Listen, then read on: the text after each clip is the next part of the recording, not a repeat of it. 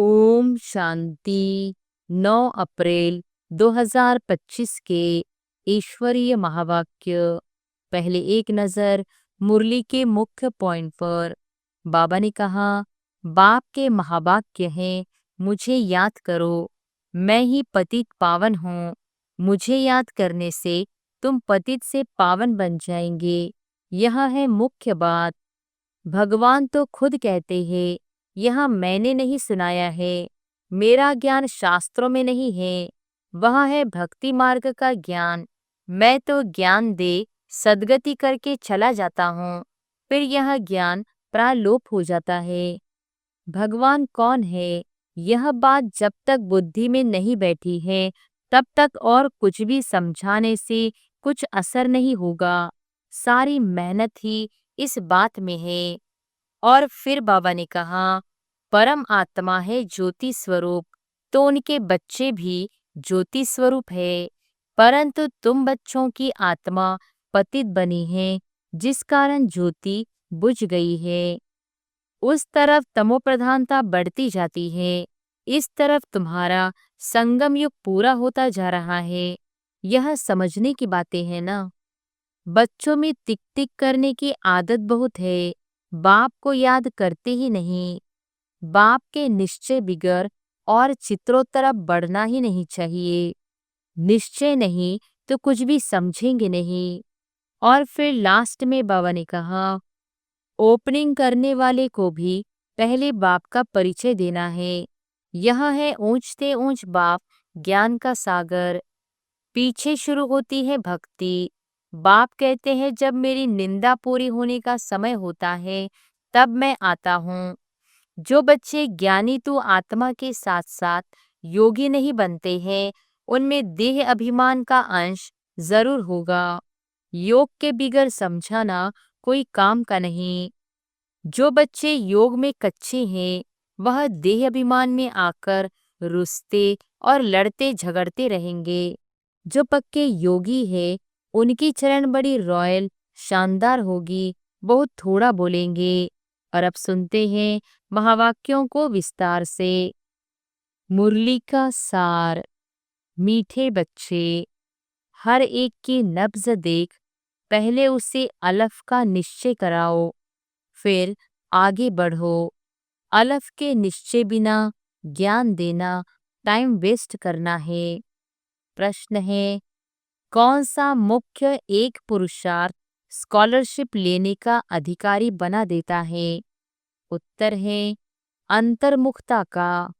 तुम्हें बहुत अंतर्मुखी रहना है। बाप तो है कल्याणकारी, कल्याण के लिए ही राय देते हैं। जो अंतर्मुखी योगी बच्चे हैं, वह कभी देह अभिमान में आकर रूसते व लड़ते नहीं। उनकी चलन बड़ी रॉयल शानदार होती है।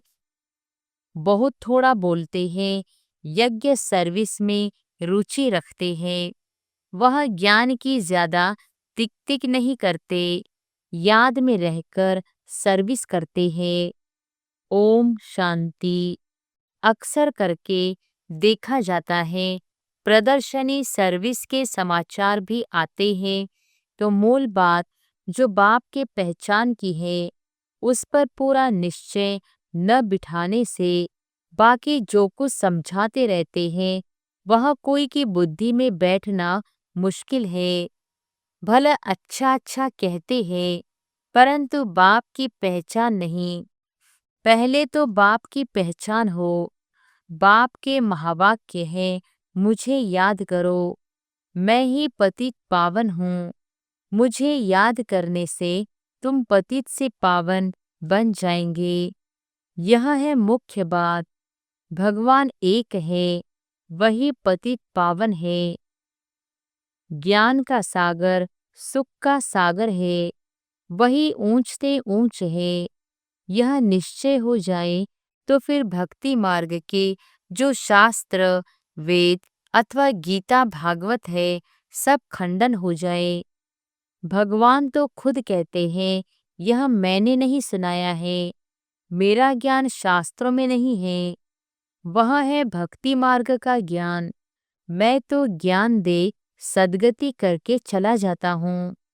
फिर यह ज्ञान प्राय लोप हो जाता है। ज्ञान की प्रारब्ध पूरी होने के बाद फिर भक्ति मार्ग शुरू होता है। जब बाप का निश्चय बैठे तो समझे। भगवान वाच, यह भक्ति मार्ग के शास्त्र है। ज्ञान और भक्ति आधा आधा चलती है। भगवान जब आते हैं तो अपना परिचय देते हैं। मैं कहता हूँ 5000 वर्ष का कल्प है, मैं तो ब्रह्मा मुख से समझा रहा हूँ। तो पहली मुख्य बात बुद्धि में बिठानी है कि भगवान कौन है। यह बात जब तक बुद्धि में नहीं बैठी है तब तक और कुछ भी समझाने से कुछ असर नहीं होगा। सारी मेहनत ही इस बात में है। बाप आते ही है कब से जगाने। शास्त्र आदि पढ़ने से तो नहीं जगेंगे। परम आत्मा है, ज्योति स्वरूप, तो उनके बच्चे भी ज्योति स्वरूप है। परंतु तुम बच्चों की आत्मा पतित बनी है, जिस कारण ज्योति बुझ गई है, तमोप्रधान हो गए हैं। पहले पहले बाप का परिचय न देने से फिर जो भी मेहनत करते हैं, ओपिनियन आदि लिखाते हैं, वह कुछ काम का नहीं रहता। इसलिए सर्विस होती नहीं है। निश्चय हो तो समझे बरोबर ब्रह्मा द्वारा ज्ञान दे रहे हैं।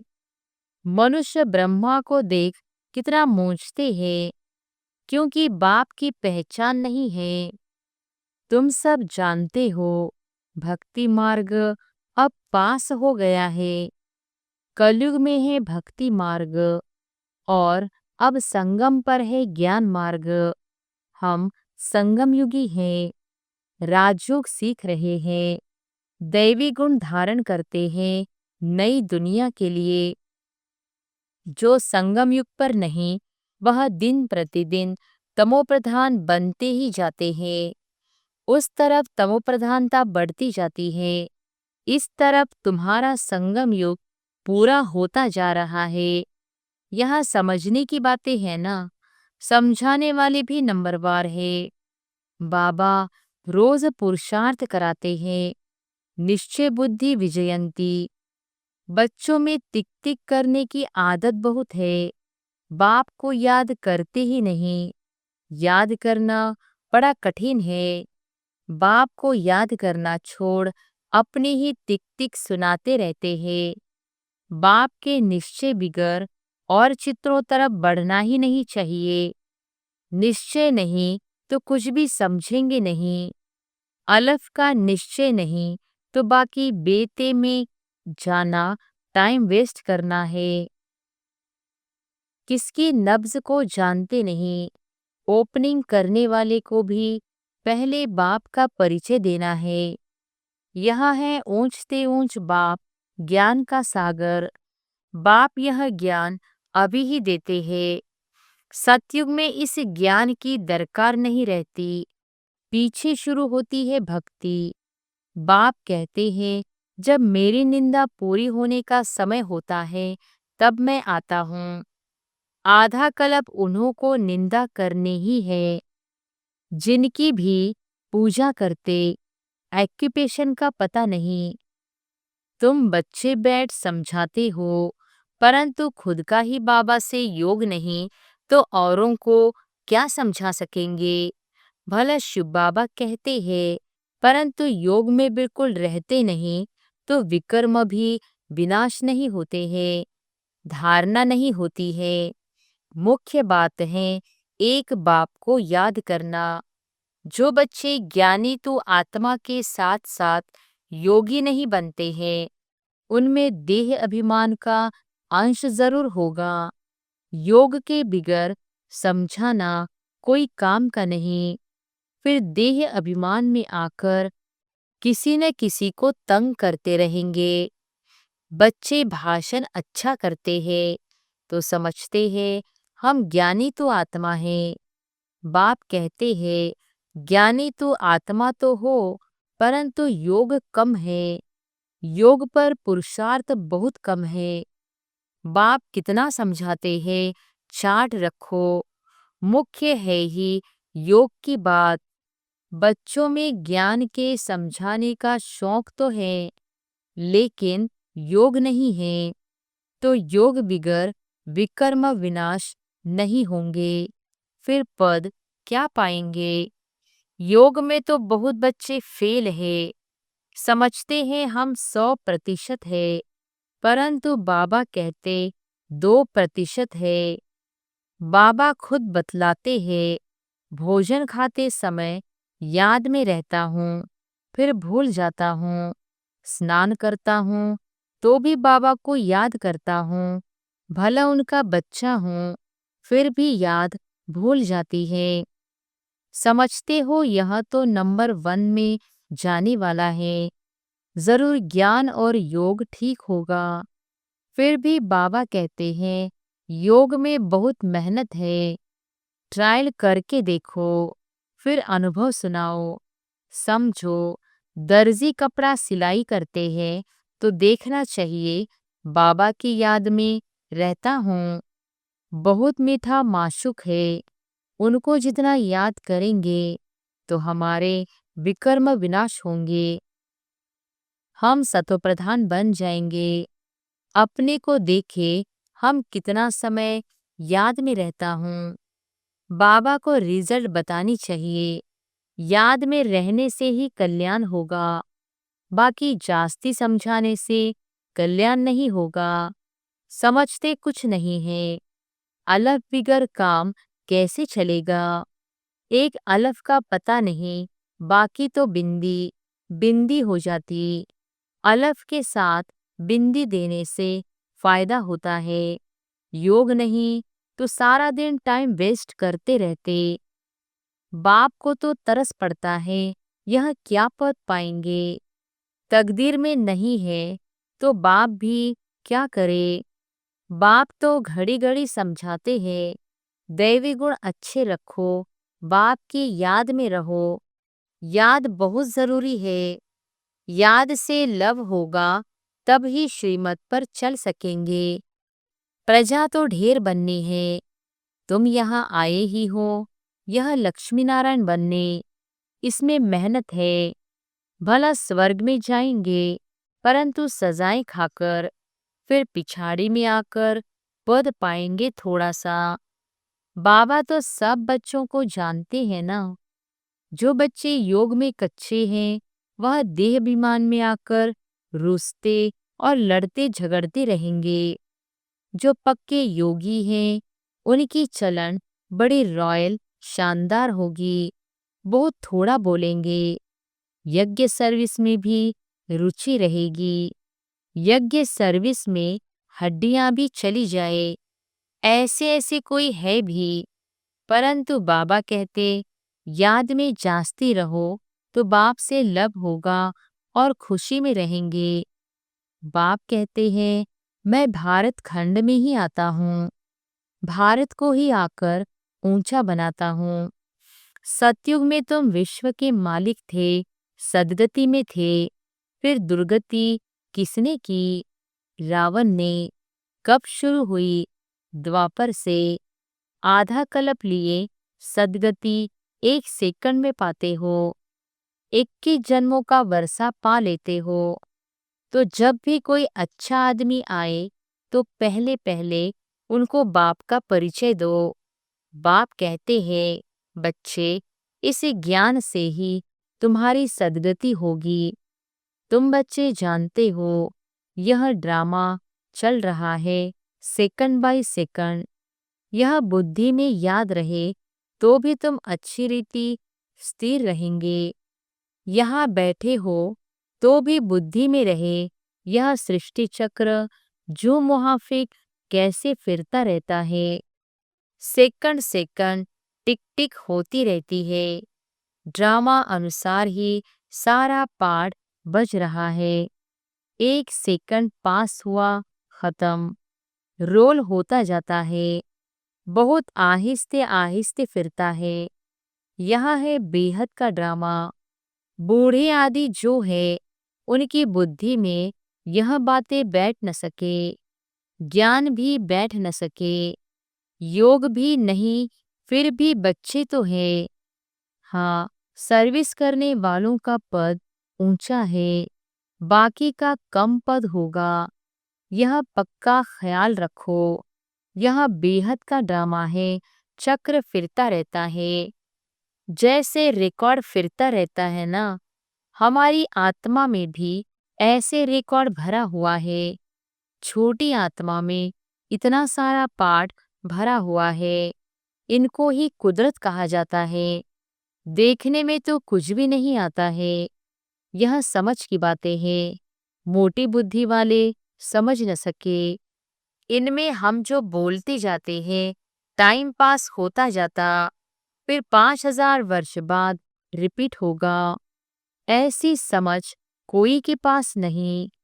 जो महारथी होंगे वह घड़ी घड़ी इन बातों पर ध्यान देकर समझाते रहेंगे।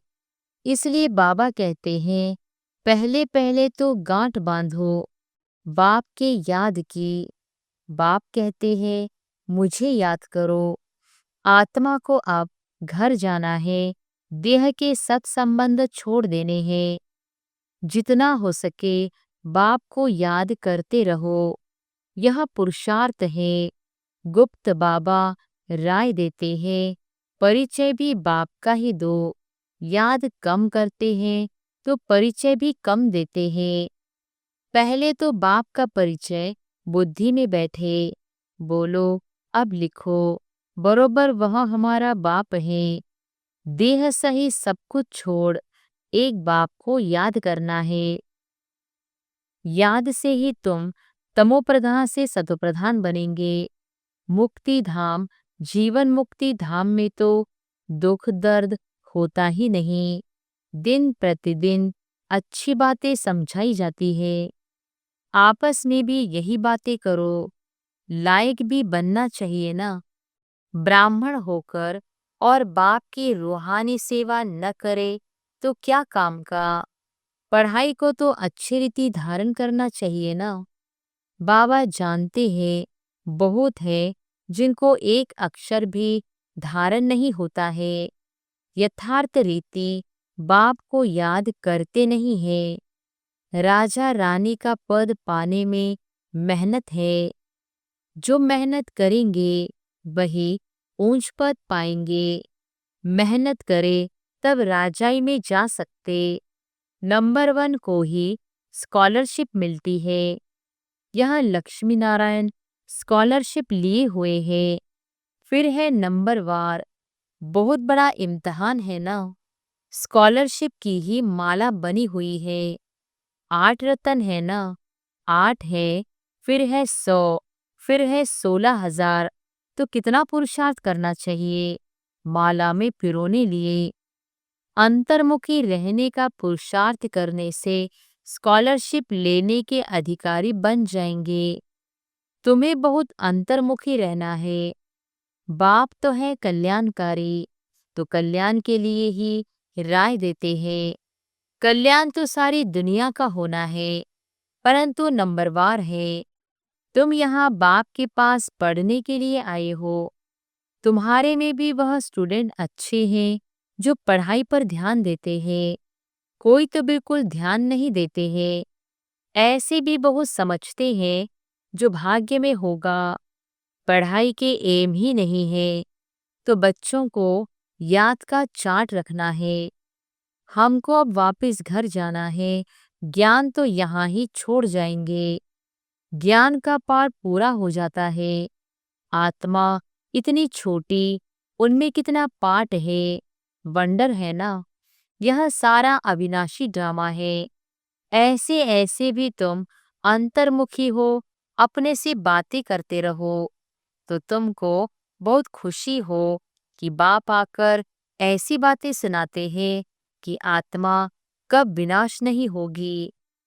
ड्रामा में एक एक मनुष्य का, एक एक चीज का पाठ नूंदा हुआ है। बेअंत भी नहीं कहेंगे। अंत तो पाया है, परंतु यह है अनादि। कितनी चीजें हैं, इनको कुदरत कहे, ईश्वर की कुदरत भी नहीं कह सकते। वह कहते हैं हमारा भी इसमें पार्ट है। अच्छा, मीठे मीठे सिकिलधे बच्चों प्रति माता पिता बाप दादा का याद प्यार और गुड मॉर्निंग। रूहानी बाप की रूहानी बच्चों को नमस्ते।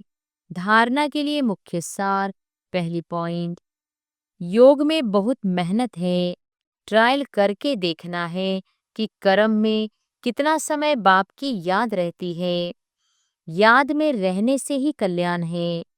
मीठे माशूक को बहुत प्यार से याद करना है, याद का चार्ट रखना है।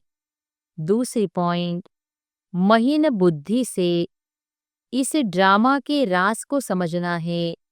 यह बहुत बहुत कल्याणकारी ड्रामा है। हम जो बोलते हैं वह करते हैं, वह फिर 5000 वर्ष बाद रिपीट होगा। इसे यथार्थ समझ खुशी में रहना है।